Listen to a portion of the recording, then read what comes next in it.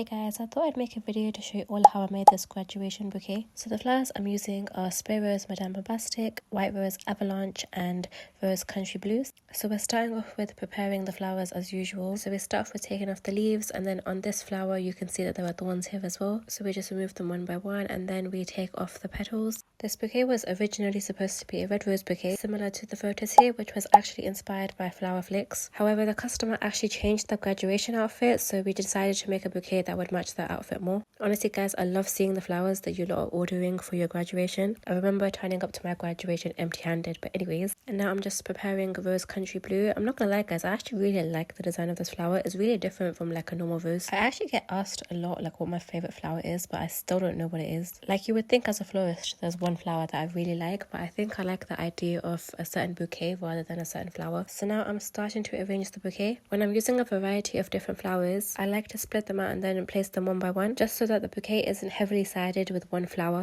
Also, I don't know if it's just me, but I find it really difficult to work with white roses. Like, you could literally just breathe on the flower and they would start to bruise. On that note as well, for everyone who is actually purchasing a flower bouquet, especially in this heat, please try to follow the aftercare instructions as much as you can. But yeah, so now that I have arranged the bouquet, I like to keep the stems together with tape. I prefer to use tape compared to twine or rubber bands just because it keeps the bouquet more securely together. So for the teddy bear, I use a balloon stick and then I just tape the two parts of the balloon stick together so that it doesn't fall off. And today we're using this really cute Me Too graduation teddy bear. I use these diamond pins to secure the teddy bear to the balloon stick. I think this method is probably the easiest way to avoid any damage to your teddy bear. And then I just like to spin the teddy bear around just to make sure that nothing falls off. And again, I'm using tape to secure the balloon stick to the bouquet. And then moving on to the wrapping, this bouquet is wrapped with the pearl net and then the paper. I actually love how the pearl net adds volume to the bouquet. It just gives like an extra girly touch to every bouquet. So then I just secure this down to the stems with tape and also securing the top with a stapler. Then moving on to the wrapping. I really think I prefer wrapping with like a flat wrap nowadays compared to doing this triangle wrap, just because I personally find it easier to flat wrap now, but honestly I still think both methods are still so pretty.